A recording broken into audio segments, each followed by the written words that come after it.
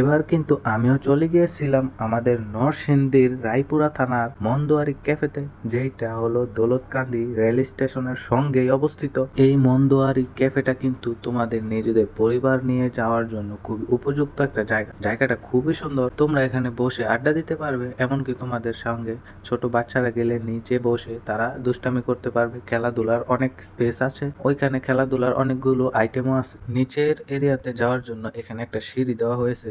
এটা হলো ক্যাফের নিচের এরিয়া। এখানে তোমরা দেখতেই পাবে বাচ্চাদের জন্য কয়েকটা স্লাইডের ব্যবস্থা করা হয়েছে।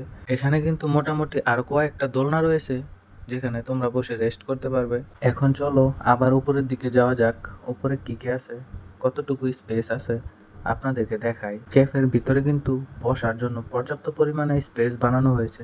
সামনে দেখতেই পাবে ডানে বামে দুই সাইডে কিন্তু ছোট ছোট ঘরের আদলে কিছু বসার আসন তৈরি করা হয়েছে, যেটা দেখতে খুবই সুন্দর দেখা যাচ্ছে। মন্দোয়ার ক্যাফের শেষ মাথায় দেখতে পারবে একটা ছবি তোলার স্পেস রয়েছে, ওইখানে একটা লোগো দেওয়া আছে মন্দোয়ারি লেখা। কিছুক্ষণ সময় কাটানোর জন্য খুবই সুন্দর একটি জায়গা, তোমরা চাইলে এখানে আসতেই পারো। যেরকম করে আমরা দুই বন্ধু এসেছি, এখানে একটু দুষ্টামি করেছি, একটু ঘুরেছি, একটু এনজয় করেছি, আর আমাদের কাছে এই পরিবেশটা খুবই ভালো লেগেছে। তো আমার ক্যামেরার পিছনে কিন্তু আরেকজন ছিল, তাকে আমি দেখাতে পারলাম না, কারণ সে আমাদের ভিডিও করে দিচ্ছিল। ভালো করে দেখার জন্য তোমাদেরকে শুরু থেকে শেষ মাথা অবধি আবার ক্যাফেটাকে আমি দেখিয়ে দিচ্ছি। তো তোমরা সবাই ক্যাফেটাকে দেখার পর একটা কমেন্ট করে যেও ভিডিওটা কেমন হলো।